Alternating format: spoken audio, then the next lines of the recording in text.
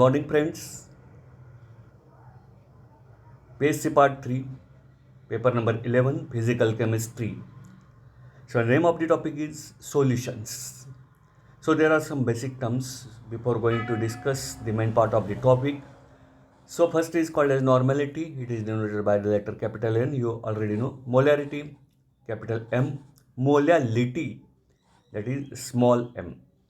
So, normality, which is expressed in gram equivalent per liter, molarity, moles per dm cube, and molality, moles per 1000 gram.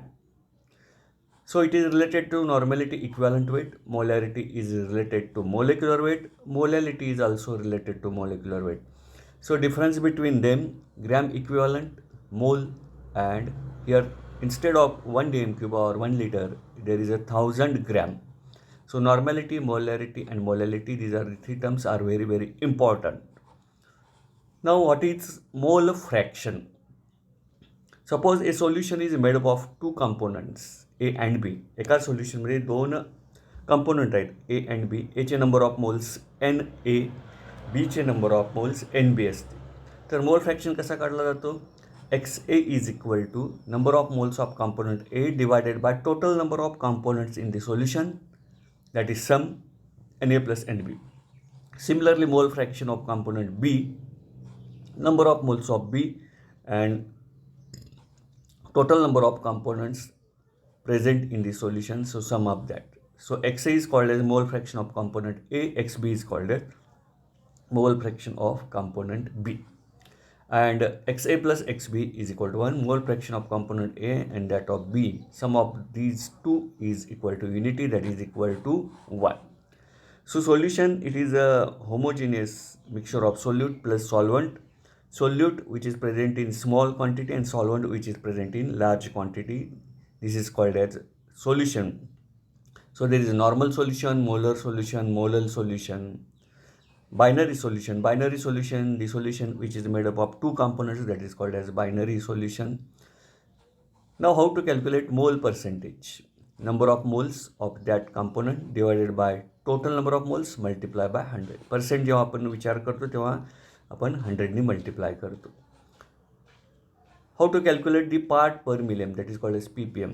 Mass of the component, दोन कॉम्पोनंटनी जर बनलं असेल solution, त्यातल्या एका कॉम्पोनंटचं mass divided by total mass multiply by 10⁶, that is part per million. Now solutions of liquid in liquid. तीन पद्धती याच्यामध्ये आहेत. Completely miscible, second the partially miscible, and third that is immiscible. So completely miscible, alcohol plus water, partially miscible, phenol plus water, and immiscible liquids, benzene and water. So these are the three types of liquid. Next, now what is Raoult's law? That is equal to Pa is equal to P0A into XA. PB is equal to P0B into XA. म्हणजे solution जर दोन कॉम्पोनंट्सचं बनलं असेल A and B, तर त्यातले PA and PB हे partial vapour pressure of component A and B असतात. P0A, P0B vapour pressure of pure components A and B, and XA and XB are the mole fractions of A and B. म्हणजे राऊल्ट्सला आपल्याला काय सांगतो बघा, PA partial vapor pressure of any component of a solution is the product of vapor pressure of that of pure component multiplied by its mole fraction. PB, that is partial vapor pressure of component B, is the product of pure vapor pressure of component B multiplied by that of mole fraction, that is called as Raoult's law. So you already know XB are the mole fractions, P0A, P0B are the pure vapor pressures of that liquid, and P and PB are the partial vapor pressures. So it is related to the solution which is made up of two components A and B. So PA is equal to P0A XA, PB is equal to P0B XA, that is the Raoult's law. Now what is ideal solution and what is non-ideal solution? Ideal solution म्हणजे तुम्हाला काय माहीत आहे, ideal non ideal म्हणजे हे झालेलं आहे सगळं 11वी BSc 1. So ideal solution, it obeys Raoult's law at all concentrations and temperature. कुठल्याही कॉन्सन्ट्रेशन अँड टेम्परेचरला ही जी कंडिशन आहे, ही कंडिशन जो गॅस ओबे करतो त्याला आयडियल म्हणतात, जो ओबे करत नाही त्याला काय म्हणतो आपण, non ideal solution. No heat is evolved or absorb. Ideal solution तयार होताना कुठल्याही पद्धतीची हीट बाहेर पडत नाही किंवा आतमध्ये घेतली नाही, परंतु इथे evolution or absorption of heat बाहेर पडू शकते किंवा ॲब्सॉर्ब केली जाऊ शकते. Sum of the volume is equal to total volume. म्हणजे ए अँड बीचं, एची काहीतरी व्हॉल्यूम काहीतरी क्वांटिटी एम एलमध्ये असेल, बीची काहीतरी असेल 25 असेल, तर टोटल व्हॉल्यूम 50 बरोबर एक्झॅक्टली होतं. Sum of the volume is not equal to total volume होऊ शकत नाही, थोडाफार 0.1 ml इकडे तिकडे फरक पडू शकतो. Partial pressures is equal to observed pressures, आणि इकडे partial pressures are not equal to observed pressures.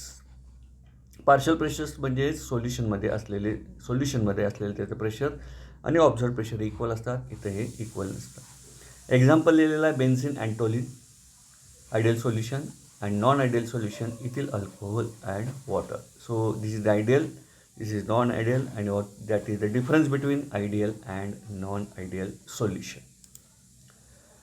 Next, diagrammatic representation. Vapour pressure of ideal solutions of miscible liquid, completely miscible liquid घेतलं, अल्कोहोल अँड वॉटर. इथं आपण graph काढलेला आहे vapour pressure against mole fraction. आता XA is equal to 1, XA is equal to 0, XB is equal to 0, XB is equal to 1. म्हणजे इकडे XBची quantity मोल फ्रॅक्शनची वाढत गेलेली आहे.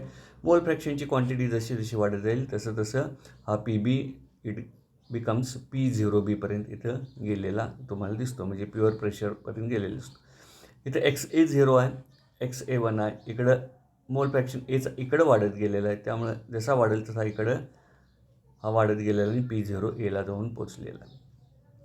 तर हे स्ट्रेट लाईन ग्राफ येतात पासिंग थ्रू द ओरिजिन, आणि दोन्हीचं कॉम्बिनेशन जर आपण घेतलं तर P is equal to PA plus PB इथं आपल्याला मिळतं. हे मोल फ्रॅक्शन वाढत गेला तर त्याप्रमाणे वेपर प्रेशर वाढत गेलेला आहे. मोल फ्रॅक्शन इकडे एचा वाढत गेला, वेपर प्रेशर त्याचं वाढत गेलेलं आहे. हा ग्राफ आपल्याला सांगतो. So it is vapour pressure of ideal solutions of miscible liquids. Now vapour pressure of non ideal solution of miscible liquid. आता नॉन आयडियल लिक्विडला काय होतं बघा, हे आयडियल बाबत झालं. तर नॉन आयडियल आपल्याला डेव्हिएशन्स मिळतात, ह्याच्यामध्ये काहीतरी बदल मिळतात. तर ते पॉझिटिव्ह डेव्हिएशन असू शकतं, निगेटिव्ह डेव्हिएशन असू शकतं. म्हणजे बघा इथं वेपर प्रेशर मोल फ्रॅक्शनचाच ग्राफ आहे. Small deviation from ideal behaviour, हे आयडियल बिहेवियर आहे. ह्याच्यापेक्षा स्मॉल म्हणजे थोडासा ग्राफ इथं वर गेलेला आहे, curved graph.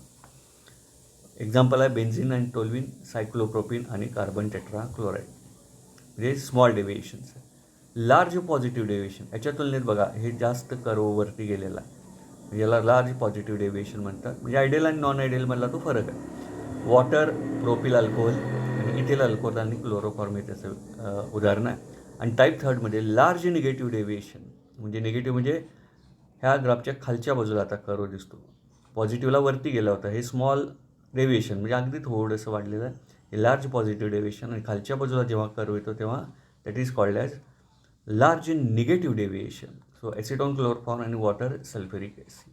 So that is the diagrammatically difference between that of ideal gas and non ideal gas. Now vapour pressure composition diagram at constant pressure. आता बघा इथं boiling point composition diagram at constant pressure. ह्या diagrams करताना pressure constant ठेवलेला आहे. इथं vapour pressure आणि vapour pressure आणि कॉम्पोजिशन याची डायग्राम काढलेली आहे.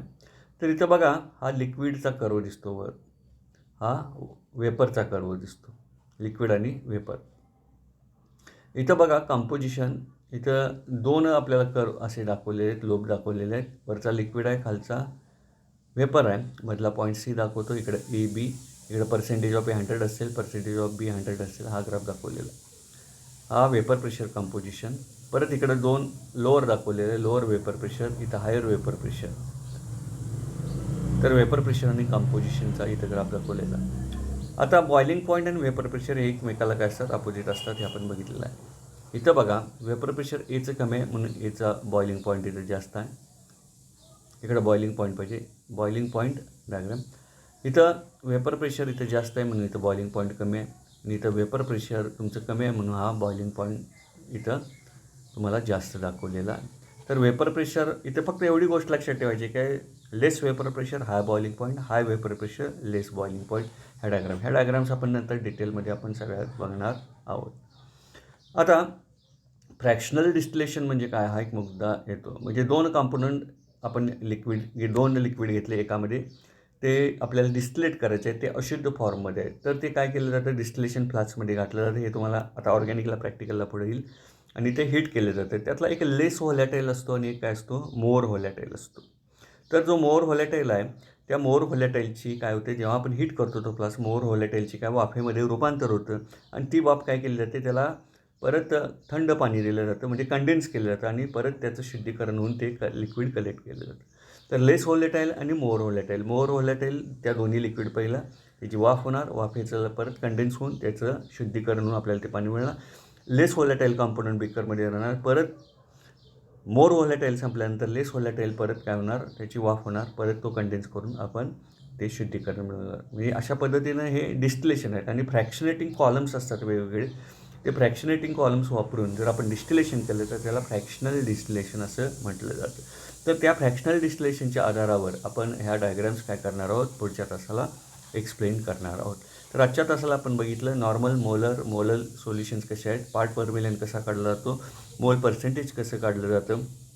त्यानंतर आपण बघितलं की लिक्विडचे 3 type, completely miscible, partially miscible, immiscible liquid बघितलं. त्यानंतर राऊल्ट्स लॉ बघितला, that is P0A is equal to PA is equal to P0A X, हा राऊल्ट्स लॉ आपण बघितला. राऊल्ट्स लॉ नंतर आपण वेपर प्रेशर आणि कंपोजिशन हे बघितलं, त्याच्या डायग्राम्स बघितल्या, बॉइलिंग पॉईंट कंपोजिशनच्या डायग्राम्स बघितल्या आणि positive deviation, negative deviation, ideal solution, non ideal सोल्युशनमधला हा फरक बघितला. तर या स्लाईड्स परत बघत राहा, अभ्यास सुरू करा. कोरोनाची साथ अजून आहे, तेव्हा तुम्ही सॅनिटायझरचा वापर करा, मास्कचा वापर करा, सोशल डिस्टन्सचं पालन करा, स्वतः सुरक्षित राहा, घरच्यांना सुरक्षित ठेवा, शेजाऱ्यांना, समाजात याचा प्रसार करा आणि स्वस्थ राहा, सुरक्षित राहा. धन्यवाद.